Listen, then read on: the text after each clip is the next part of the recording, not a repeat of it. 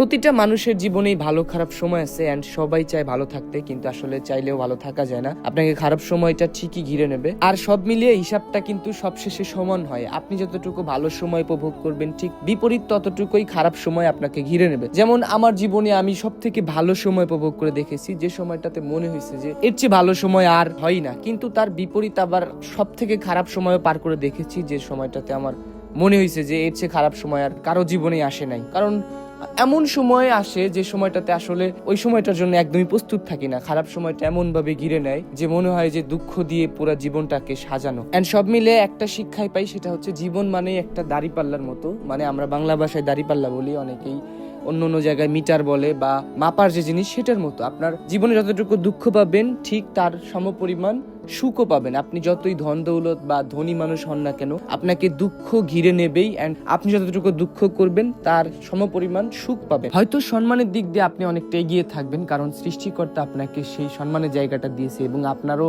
এই সম্মানের জায়গাটা গড়ার জন্য একটা বিশাল প্রচেষ্টা ছিল। কিন্তু আপনার জীবনে দুঃখ থাকবেই থাকবে, কারণ দুঃখ না থাকলে সে জীবনে কখনো সুখ জিনিসটা কি বোঝা যায় না। তাই আর নিজেকে বদলানোর তেমন কোনো ইচ্ছা নেই। এখন শুধু নিজের দায়িত্বের উপরে ভর করব, কারণ আমার মনে হয় জীবন চলার পথে কপালই একমাত্র জিনিস যেটা আপনাকে সঠিক সিদ্ধান্ত নেওয়ার সুযোগ বেছে দিতে পারে। আমরা অনেক সময় বলি না যে কপালে যা আছে তাই হবে, বা বলি না ভাগ্যে যা আছে তাই হবে। আমার মনে হয় ভাগ্য জিনিসটাই এমন একটা জিনিস যেটা আপনাকে সঠিক সিদ্ধান্ত নেওয়ার জন্য পথ বেছে দেবে। এখন হয়তো অনেকের বুঝতে সমস্যা হচ্ছে, আসেন আপনাদেরকে একটু ক্লিয়ার ভাবে বোঝাই দিই। সেটা হচ্ছে যে আমি চিন্তা করছি এখন থেকে আর নিজের জীবনকে নতুন ভাবে বা নিজের মতো করে সাজানোর চেষ্টা করব না। এখন আমার সামনে যে কাজটাই আসবে সেটাই আমি করবো, আর যাই হোক আমি শুধু করতে থাকবো, বাকিটা আল্লাহ ভরসা বা আমার ভাগ্য যেটা আছে সেটাই হবে। এন্ড আমার এই অল্প বয়সের গল্প থেকে আপনাদের এতটুকু এক্সপিরিয়েন্স শেয়ার করতে পারি যে আপনি যদি ভালো কিছু করেন তবুও আপনাকে নিয়ে মানুষ সমালোচনা করবে, এবং আপনি যদি খারাপ কিছু করেন তবুও মানুষ আপনাকে নিয়ে সমালোচনা করবে, কারণ মানুষের কাজই হচ্ছে এটা। এই ধরেন আমার এখন 3,72,000 ফলোয়ার। অনেক মানুষই আছে যারা আমার 3,72,000 ফলোয়ার দেখে আমার সাথে ম্যাচুয়েট করতে পারে না, কারণ বলে যে ভাই আপনার 3,72,000 ফলোয়ার অথচ আপনার চলাফেরা এমন কেন? আপনারাই বলেন এই কথা শোনার পরে আমার অবস্থা কেমন হইতে পারে। যাই হোক, এই জন্য চিন্তা করছি লোকের কথায় আর কান দিব না। এখন সামনে যেটা আসবো এটাই করবো। নিজেকে পরিবর্তনও করতে চাই না, কারোর মতো হতেও চাই না। আমি শুধু আমার যে কাজ সেই কাজগুলো নিয়ে চলবে। এখন এর মধ্যে যদি আল্লাহ আমাকে ভাগ্য ভালো কিছু লিখে থাকে তাইলে হবে, নাইলে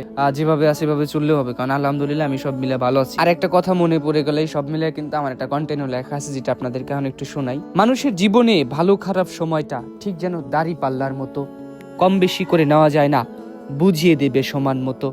যে যত সুখ করবে দুঃখ পাবে তার সমান পরিমাণ। বেশি দুঃখ পেলেই তুমি সুখ পাবে পাহাড় সমান। টাকা পয়সা ধন দৌলত যতই থাকুক আপনার পাশে, দুঃখ আপনার পিছু ছাড়বে না যদি না চলেন সৎ পথে। হ্যাঁ, যদি না চলেন সৎ পথে তাহলে দুঃখ আপনার কখনোই পিছু ছাড়বে না। আমাদের জীবনে খেটে খাওয়াই একমাত্র কাজ যেটা হচ্ছে আপনার সৎ পথে, তাছাড়া সব কাজেই 2 নাম্বারই থাকবেই থাকবে। তো এই জন্য আমরা কাজের পাশাপাশি আপনাদের একটু শেয়ার করলাম। এন্ড আমি দেখতে পাচ্ছেন যে আমাদের গরুর জন্য চড়াই গিয়ে আব্বার সাথে ঘাস নিয়ে আসলাম। আর শুধু এই কাজ না, এখন থেকে প্রতিদিন সব রকমের কাজ করার চেষ্টা করবো ইনশাল্লাহ। আর আমার এই পেজটাই সবাই একটু ফলো দিয়ে পাশে থাকবেন, যারা এই ধরনের ভিডিও পছন্দ করেন তাদের জন্য অন্তত। তো সবাই ভালো থাকবেন। আসসালামু আলাইকুম, আল্লাহ হাফেজ।